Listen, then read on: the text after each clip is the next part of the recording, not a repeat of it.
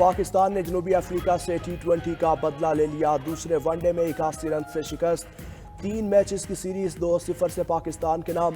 पाकिस्तान के 329 रन के जवाब में जनूबी अफ्रीका की टीम 248 रन बना पाई। शाहीन शाह अफरीदी ने 47 रन देकर 4 खिलाड़ियों को आउट किया। नसीम शाह 3, इब्रार अहमद ने 2 विकेटें हासिल की। मोहम्मद रिजवान 80 और बाबर आजम 73 रन बनाकर नुमाया रहे। कामरान गुलाम 63 रन की जारहाना इनिंग्स खेलकर मैन ऑफ द मैच करार पाए। कप्तान मोहम्मद रिजवान का कहना है पूरी टीम ने जबरदस्त कारकर्दगी का मुजाहरा किया।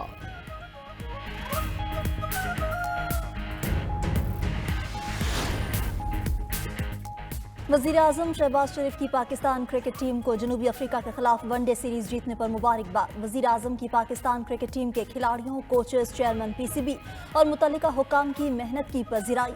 कहा, पुरुमीद हूँ आइंदा मैचेस बिलखसूस चैंपियंस ट्रॉफी में भी टीम शानदार खेल का मुजाहरा करेगी। चेयरमैन PCB मोहसिन नकवी ने भी जनूबी अफ्रीका के खिलाफ वनडे सीरीज जीतने पर कौमी क्रिकेट टीम को मुबारकबाद दी। कहते हैं खिलाड़ियों ने टीम वर्क का बेहतरीन मुजाहरा करके सीरीज अपने नाम की।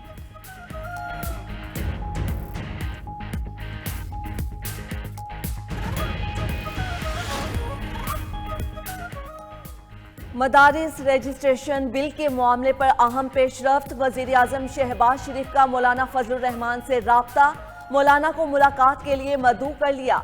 मुलाकात आज 3 बजे वज़ीर-ए-आज़म हाउस में होगी। मौलाना फजलुर रहमान इत्तेहाद तंजीमात मदारिस का मौक़िफ़ वज़ीर-ए-आज़म के सामने रखेंगे। वज़ीर-ए-आज़म ने नई तजावीज़ दी तो मौलाना इत्तेहाद तंजीमात मदारिस से मुशावरत करेंगे।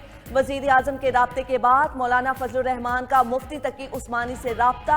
आज की मुलाकात से मुतल्लिक मुशावरत की। कुर्रम में कशीदगी बरकरार। वज़ीर आला अली अमीन गंडापुर की ज़ेर सदारत सूबाई एपेक्स कमेटी का इजलास आज होगा। मुशीर इत्तलात खैबर पख्तूनख्वा के मुताबिक एपेक्स कमेटी इजलास में कुर्रम मामले पर अहम फैसलों का इम्कान। कमेटी में कुर्रम में पायदार अमन के लिए हिकमत अमली वज़ा करी जाएगी।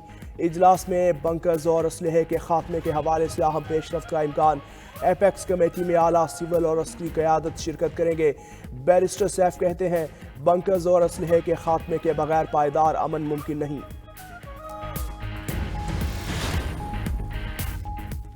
विफाकी वज़ीर दाखिला मोहसिन नकवी की पेशावर में वज़ीर आला ऑफिस आमद। अली अमीन गंडापुर से मुलाकात। खैबर पख्तूनख्वा में अमन अमान की सूरत हाल और कुर्रम में क़याम अमन के लिए इक़दामात पर तबादला ख्याल। वज़ीर दाखिला मोहसिन नकवी की वज़ीर आला खैबर पख्तूनख्वा को क़याम अमन के लिए हर मुमकिन ताउन की यकीन दिहानी। कहा, कुर्रम में क़याम अमन अव्वलीन तरजीह है।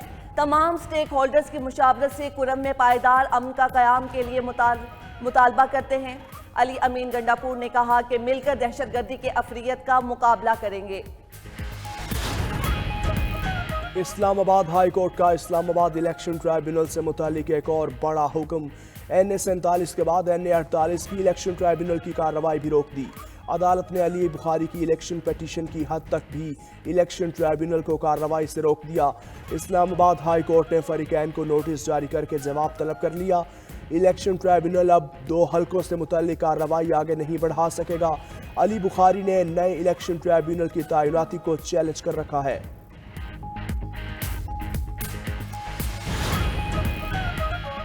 इस्लामाबाद में 2 रोज़ा 18वीं स्पीकर्स कॉन्फ्रेंस का आज आखिरी रोज। स्पीकर अयाज सादिक ने कहा, स्पीकर्स मुल्क में सियासी अदम इस्तेहकाम के खात्मे के लिए किरदार अदा करें।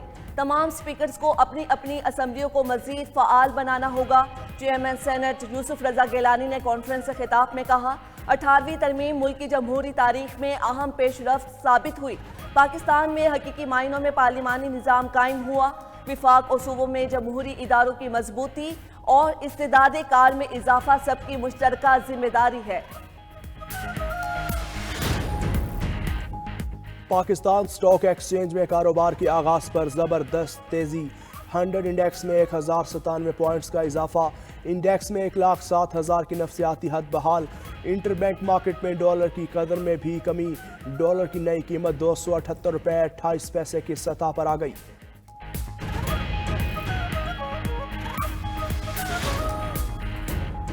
अमरीकी नायब मुशीर कौमी सलामती जॉन फाइनर कहते हैं, पाकिस्तान की मिसाइल तैयारियां उसके इरादों से मुतल्लिक सवालात उठाती हैं।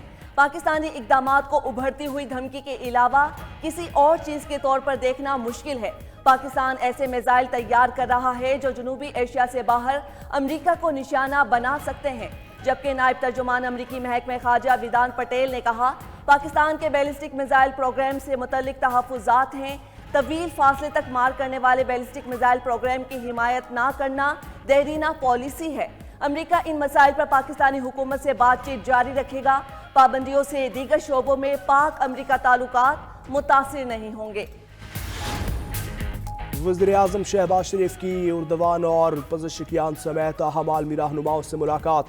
ترک صدر سے ملاقات میں دونوں رہنماؤں نے $5 بلین کے دو طرفہ تجارتی ہدف کے حصول کے لیے اقتصادی تعلقات کے مزید فروغ پر زور دیا۔ وزیر اعظم شہباز شریف کا ایک بار پھر غزہ جنگ بندی کا مطالبہ۔ قاہرہ میں D8 ممالک کے 11ویں سربراہی اجلاس سے خطاب کرتے ہوئے کہا غزہ میں جنگ بندی خطے اور دنیا کے امن کے لیے اہم ہے۔ اسرائیلی جارحیت غزہ کے بعد لبنان تک پھیل گئی۔ اسرائیلی جارحیت کی آگ پورے خطے کو اپنی لپیٹ میں لے سکتی ہے۔ صدر مملکت آصف زرداری سے سعودی عرب کی شورا کونسل کے چیئرمین اور ارکان کے وفد کی ملاقات۔ اقتصادی، سیاسی اور ثقافتی امور پر تبادلہ خیال۔ آصف زرداری نے کہا پاکستان اور سعودی عرب کے درمیان تاریخی اور برادرانہ تعلقات ہیں۔ صدر آصف زرداری سے چین کے سفیر جیانگ زائی ڈونگ بھی ملے۔ دونوں برادر ممالک کے درمیان دو طرفہ تعاون بڑھانے پر تبادلہ خیال۔ مختلف شعبوں میں پاک چین تعاون بڑھانے کے عزم کا بھی اعادہ۔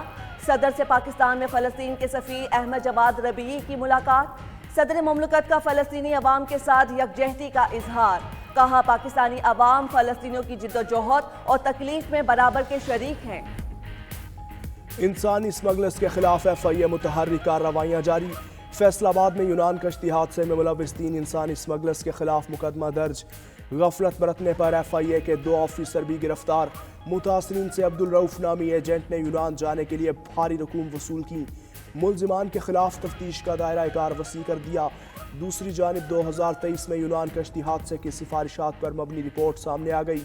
سانحے میں ملوث تمام اہم انسانی اسمگلرز کے مقدمات کے فیصلے 1 ماہ کے اندر کرنے کی سفارش۔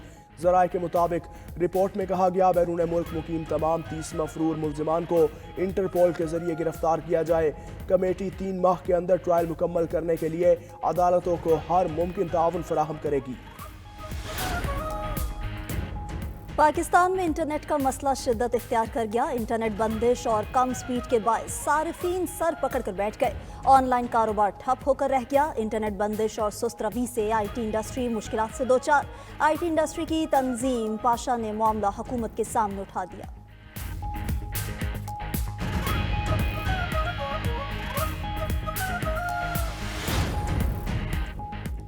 ملک بھر میں سردی کا راج، کئی علاقوں میں خون جمنے لگا۔ اسلام آباد میں درجہ حرارت -1 ہو گیا۔ گلگت بلتستان میں خون جما دینے والی سردی برقرار۔ لیہ میں کم سے کم درجہ حرارت -11 ریکارڈ۔ سکردو کا درجہ حرارت -9 تک گر گیا۔ لاہور سمیت پنجاب میں بھی کڑاکے کی سردی۔ خطہ پوٹوہال میں کوہرا پڑنے سے گھاس بالکل سفید ہو گیا۔ سندھ میں بھی سردی کے ڈیڑے۔ کراچی میں کم سے کم درجہ حرارت 10 degree centi grade record. Khyber Pakhtunkhwa سمیت کشمیر کے بالائی اور میدانی علاقے شدید سردی کی لپیٹ میں۔